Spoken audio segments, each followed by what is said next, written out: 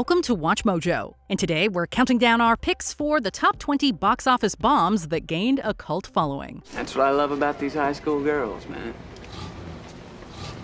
I get older, they stay the same age. They just don't. For this list, we're looking at movies that didn't perform well at the box office, but which now have a dedicated fan base. We will not be including movies like The Room that are famous for being bad. Did you see any of these movies in the theater? Let us know in the comments.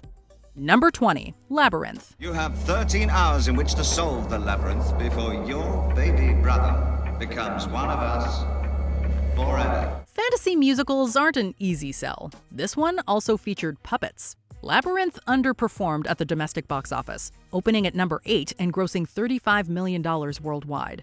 With a budget of $25 million, it wasn't an outright bomb, but it was considered a major disappointment. In fact, the movie's lukewarm reception sent director Jim Henson into a depression, and it would be the last theatrical movie he ever directed. However, the film is now considered a cult classic, famous for its visual design, wonderful puppetry, and gloriously hammy performance from David Bowie. Your eyes can be so cruel, just as I can be so cruel. Number 19, Hocus Pocus. Go to hell! I've been there, thank you. I found it quite lovely. For many, Hocus Pocus is an annual Halloween tradition. Every year, we watch Winifred, Sarah, and Mary get up to comedic shenanigans in Salem, and we find something to enjoy every single time. But audiences were not having it in 1993. Despite being one of the Halloweenest of Halloween movies, Hocus Pocus opened smack in the middle of July, so people weren't really in the mood for an autumn movie. Combined with a tepid critical reception, Hocus Pocus could not produce any magic at the box office, losing Disney an estimated $16.5 million. But thanks to repeat television airings at Halloween, Hocus Pocus was resurrected from the dead. Baked beans? What took these so long? I'm sorry, Emily. I had to wait 300 years for a virgin to light a candle. Number 18, Wet Hot American Summer. When we first started hanging out together this morning, we were just friends. But things change. And I've fallen in love with you. Until 2015, few people had ever heard of 2001's Wet Hot American Summer. But then, Netflix released the prequel series First Day of Camp, creating new interest in the original movie. Back then, stars Paul Rudd, Amy Poehler, Elizabeth Banks, and Bradley Cooper didn't have the same name recognition they do now. The film's script was also widely criticized, with many arguing that it was a poor parody of 80s sex comedies. As a result, the movie performed abysmally. Its widest opening was over the Labor Day weekend, when it was played in a whole 12 theaters. It ended up grossing just $295,000, well below its meager $1.8 million budget. Let's all promise that in 10 years from today, we'll meet again, and we'll see what kind of people we've blossomed into. Number 17, Dredd. It's hard to say why Dredd bombed, but the awful Sylvester Stallone movie from 1995 might have something to do with it. You killed innocent people. The means to an end. You started a massacre. I caused the revolution. You betrayed the law. That movie also performed quite poorly, grossing $113 million on a $90 million budget.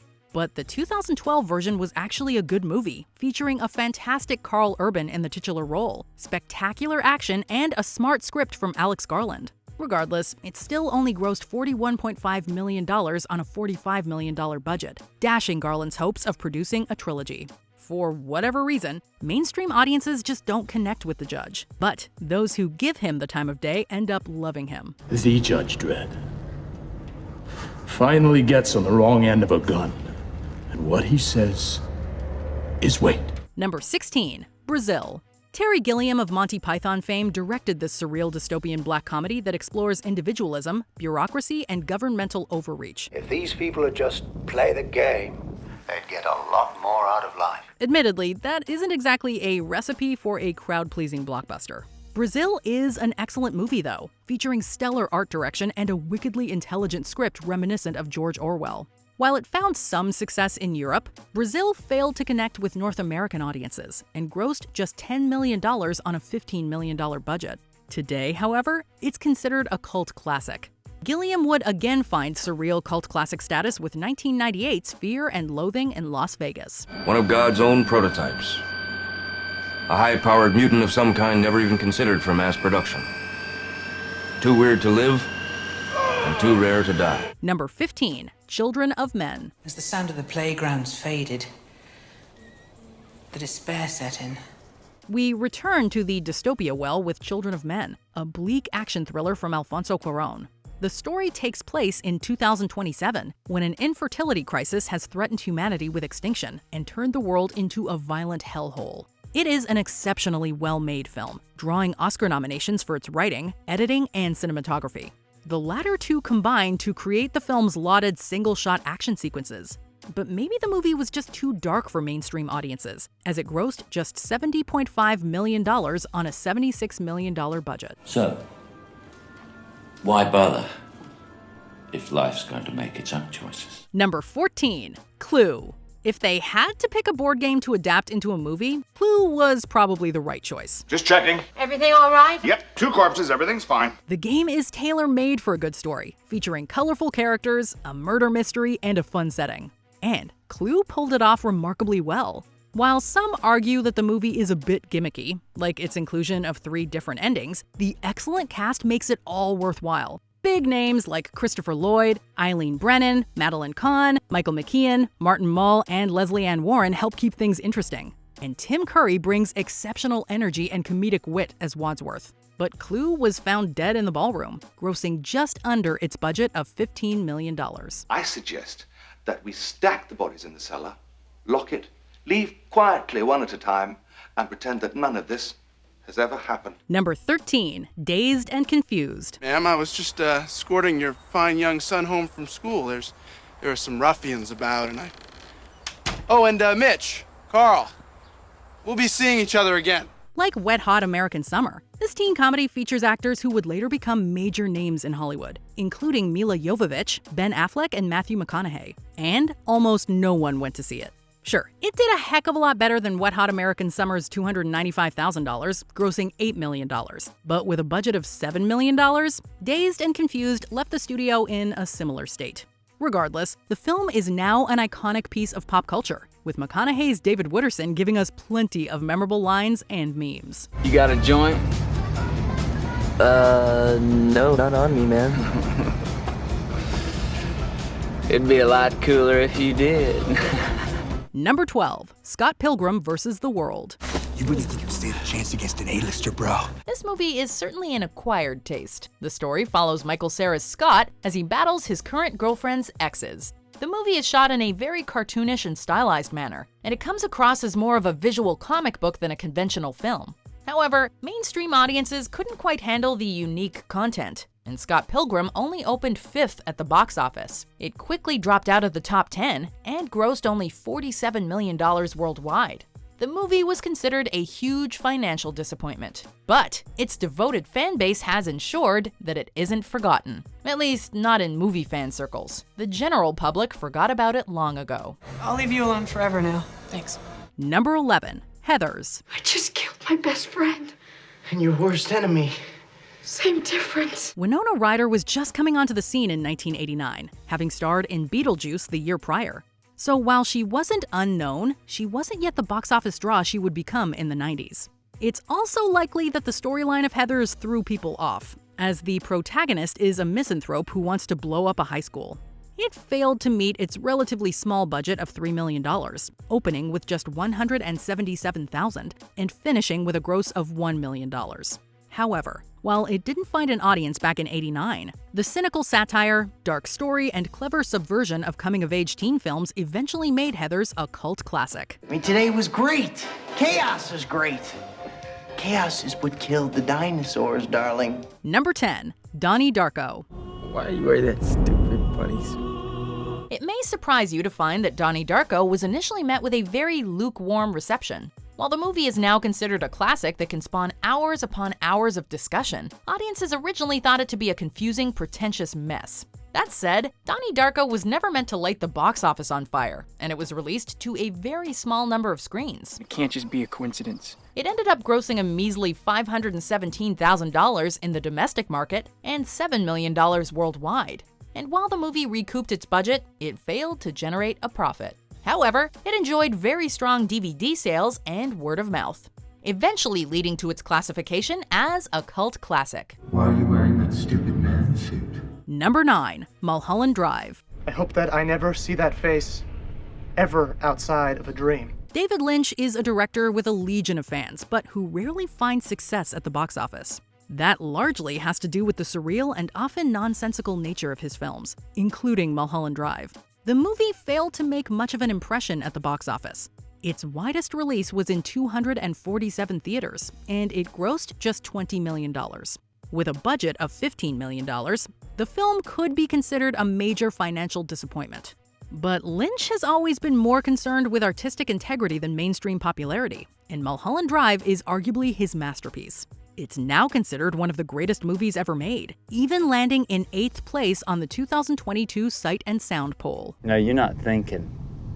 You're too busy being a smart aleck to be thinking. Number 8. The Iron Giant. Guess you're not gonna hurt me, huh? The Iron Giant is another classic that initially failed to make waves. The movie received stellar reviews, with some critics even calling it one of the best animated movies of all time. And while it received a wide release, it generated about $5 million during its opening weekend, leading to a hugely disappointing 9th place finish. Theaters quickly got rid of the movie, and it ended up grossing $31 million on a $70 million budget, leading the president of Warner Brothers to admit that they got, quote, slaughtered. Luckily, the movie enjoyed success on home video and television syndication, and it's now regarded by some as an underappreciated masterpiece. And souls don't die.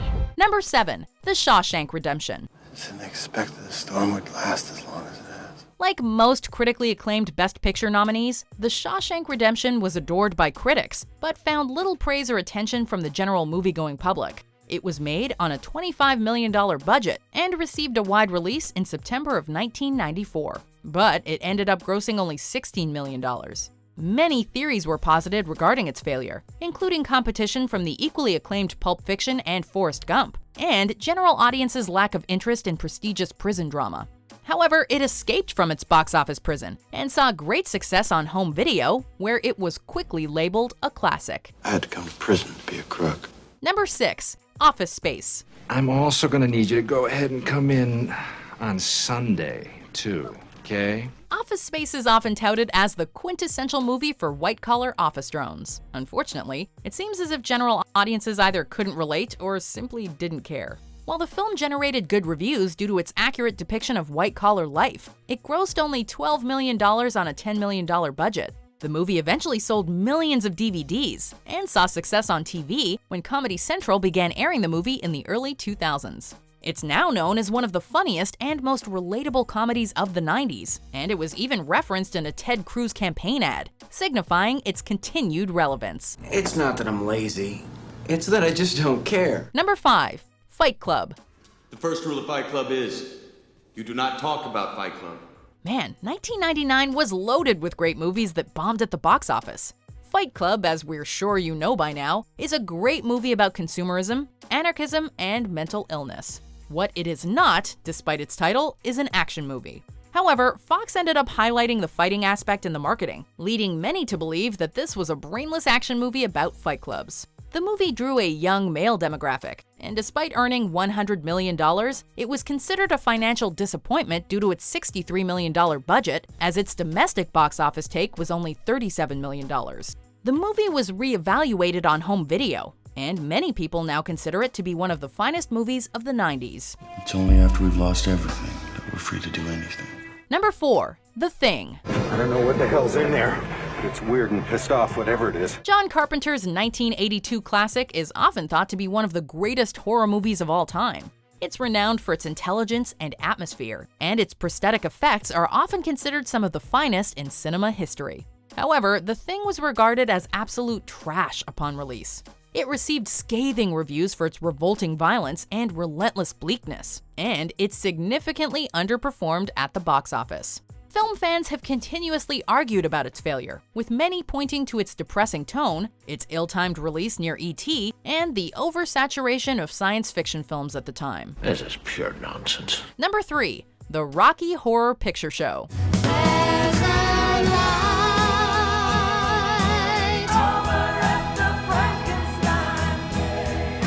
If there's one movie that defines the cult classic, it's The Rocky Horror Picture Show. This unique musical, science fiction, horror comedy blend was initially met with a very lukewarm reception, and it was quickly pulled from theaters due to a lack of interest.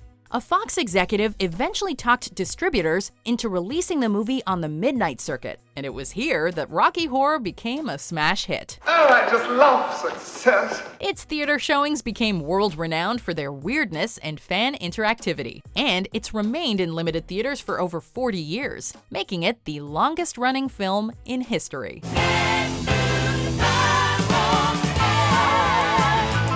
Number 2, Willy Wonka and the Chocolate Factory. Come with me, and you'll be in a world of pure imagination. While Willy Wonka may be a classic today, it was all but ignored upon its initial release in 1971.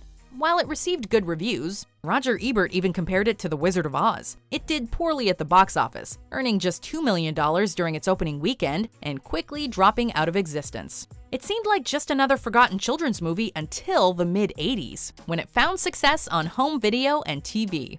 It's enjoyed continued success ever since, ensuring that the Oompa Loompas didn't have to sing Willy Wonka a creepy exit song. Oompa Loompa Doompa-dee-doo, I've got a perfect puzzle for you. Before we continue, be sure to subscribe to our channel and ring the bell to get notified about our latest videos. You have the option to be notified for occasional videos or all of them. If you're on your phone, make sure you go into your settings and switch on notifications. Number 1, Blade Runner. You think I'm a replicant, don't you? Blade Runner has certainly had a storied history. It initially received a polarized response, with some praising its intricate themes and visuals, while others criticized its unusual narrative. It also underperformed at the box office. The reasons for this are many. Audiences were expecting a conventional action sci-fi thrill ride, its slow pace and complex ideas threw off mainstream audiences, and it was released too close to similar blockbusters like E.T. and Star Trek II. It saw greater success on home video, and its numerous re-edits have garnered greater critical appreciation from both critics and audiences. It's now considered one of the greatest science fiction movies of all time. Memories. You're talking about memories. The movie's sequel would suffer a similar fate 35 years later, drawing acclaim for its story and cinematography, but losing the studio about $80 million.